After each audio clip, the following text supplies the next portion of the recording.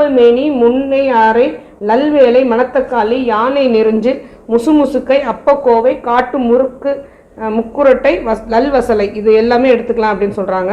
இதே ரசம் செஞ்சு சாப்பிடும்போது, அதாவது ரசங்கிறது மிளகு ரசம் மாதிரி இல்லை, நம்ம கீரையிலேயே நல்ல சாறு எடுத்து அதில் ரசம் செஞ்சு சாப்பிட்லாம் அப்படின்னு சொல்கிறாங்க. உடம்புல உள்ள வாய்வை போக்கக்கூடிய வல்லது, நிறைய ஃபைபர் கொடுக்கும் அப்படின்னு சொல்கிறாங்க. இதெல்லாம் எதுனா சக்கரவர்த்தி கீரை, வெள்ளை சாரடைப்பாகல், முருங்கை, முளைக்கீரை, நல்ல தூணம், பொன்னாங்கண்ணி இதில் எல்லாமே நித்தமும் சாறு செய்து ரசம் செய்து சாப்பிட்லாம் அப்படின்னு சொல்கிறாங்க. நித்தம்னு சொல்லும் போது ஒவ்வொரு நாளும் இதை ஏதாவது ஒரு கீரையை அவங்க சாறு எடுத்து ரசம் செய்து சாப்பிட்டாங்க அப்படின்னா வாத தேகக்காரங்களுக்கு உடம்பு நல்லாவே, அதாவது உடம்புல உள்ள நச்சு, அதாவது வாய்வெல்லாம் நல்லாவே வெளியேறி அவங்களுக்கும் ரொம்ப நல்லா இருக்கும்னு சொல்கிறாங்க. பூண்டு நிறையவே சேர்த்துக்கலாம். பூண்டு பாலோடு சேர்த்து அவங்க கடைந்து சாப்பிடும் போது உடம்புல உள்ள வாய்வு சிறிது சிறிதாக அவங்களுக்கு வெளியேற ஆரம்பிக்கும்.